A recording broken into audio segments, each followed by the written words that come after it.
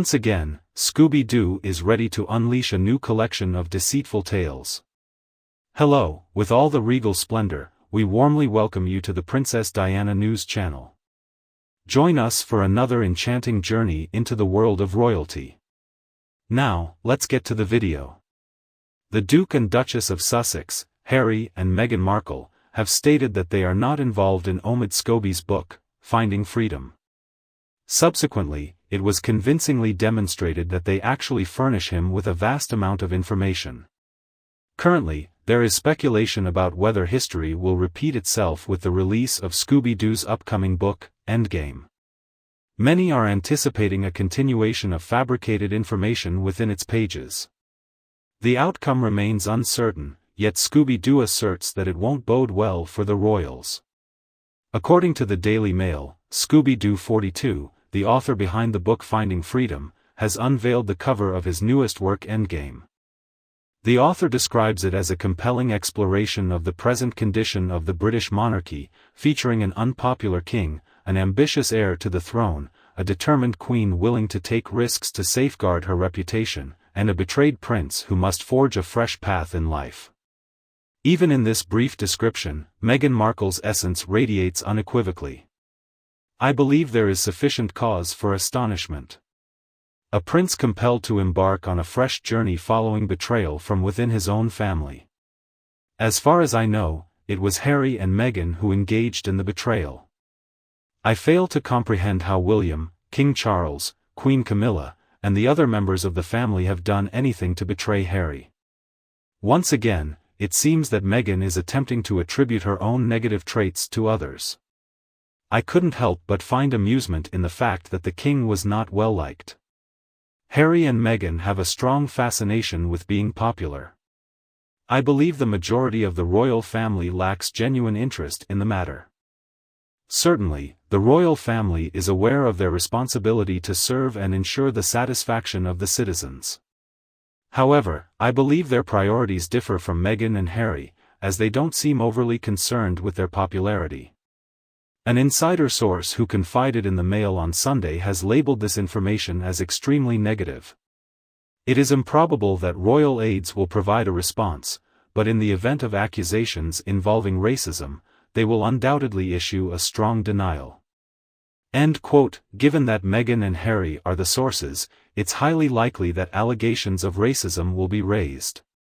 As always, the charges will be fabricated as usual, but Scooby-Doo will obediently pen down whatever Meghan instructs him to write. It has been rumored that Scooby-Doo could potentially unveil the identity of the enigmatic individual from the royal household who inquired about the complexion of an upcoming high-ranking representative. I am confident that he will depict that story in the most provocative manner imaginable to portray the unidentified family member in the worst possible light.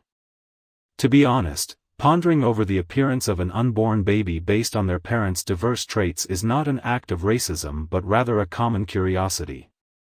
Upon the release of Finding Freedom, Meghan and Harry vigorously refuted any involvement they had in the book. Subsequently, it was legally established that Meghan's involvement in Finding Freedom was substantiated, resulting in her obligation to issue a formal apology. Currently, it is uncertain whether they will choose to dissociate from Scooby-Doo in anticipation of this release, or if they will finally acknowledge their significant involvement in this book. The Daily Mail's report suggests that the release of Endgame on November 28 is expected to deepen concerns within Buckingham Palace. It remains unclear if the Sussexes were involved in this instance, although the author proudly claims to have conducted interviews with members of their family. End quote. Clearly, Meghan and Harry are the individuals who make up the family.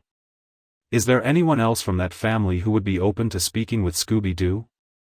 Scooby-Doo isn't a genuine journalist with royal connections. Scooby-Doo does not possess any insider knowledge. He solely relies on Meghan and Harry for all of his information.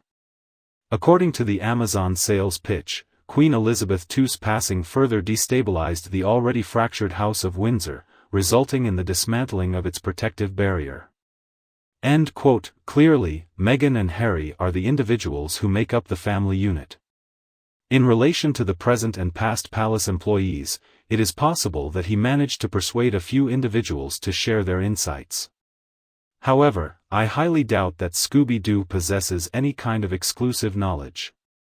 It appears evident that the British monarchy is experiencing significant disintegration, and interestingly, only Scooby-Doo demonstrates the courage to address this matter. As reported by an American publishing source, there are numerous shocking revelations on the horizon. There are even discussions suggesting that it might disclose the identity of the individual who inquired about the complexion of Archie. Given Omid's reputation as the unofficial spokesperson for Sussex, it is safe to say that there will be a significant level of curiosity surrounding this book in both the United States and the United Kingdom. Presently, I remain unconvinced that this absurd book will generate significant attention on both sides of the Atlantic. I anticipate that this book will garner significant interest from Meghan and Harry's devoted followers, as well as those who are intrigued by its dark allure. However, supporters of the British royal family will not be inclined to purchase this book. I have no intention of purchasing it, and I am confident that none of you will either. Why would anyone choose to invest their valuable earnings in a deceitful publication? The Daily Mail article emphasizes that publisher HarperCollins has previously claimed that the book will stir up global discussions. And Scooby has cautioned that it will uncover instances that the royals should feel a sense of shame about. In his book Finding Freedom, he provided a thorough account of Harry and Meghan's initial evenings spent as a couple. And he discussed the dialogues involving Meghan, Harry, and the senior members of the royal family. Smartly paraphrased, the conversations were clearly influenced by Meghan and Harry themselves. Conversations that may have been captured using recording devices.